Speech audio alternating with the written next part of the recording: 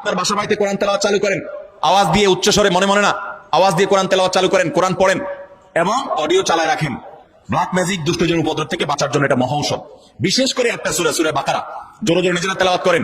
তেলাওয়াত করতে পারেন না তো অডিও চালায় রাখেন।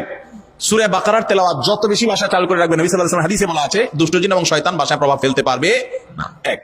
দ্বিতীয় আমল, তাহলে কোরআন বেশি পড়বেন, বিশেষ করে সূরা বাকারা। দ্বিতীয় আমল হলো সকাল সন্ধ্যার দোয়া এবং জিকির, এগুলা নিয়মিত পড়বেন, এগুলা রক্ষা কবচের মতো কাজ দেয়। তৃতীয় আমল হলো ঘরের মধ্যে কোনো হারাম জিনিস রাখবেন না, ছবি টবি এটা সেটা রাখবেন না এবং গুনাহমুক্ত রাখবেন বা ঘরকে।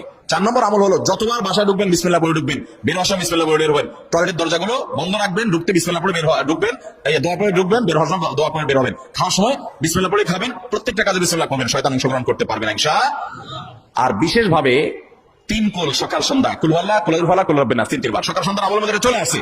আলাদা করে এটা রাতে, সকাল সন্ধ্যায় বিভিন্ন সময় পড়বেন ইনশাআল্লাহ। বিদিন আল্লাহ তাআলা এই দুষ্টজিন এবং ব্ল্যাক ম্যাজিক থেকে বেঁচে থাকা।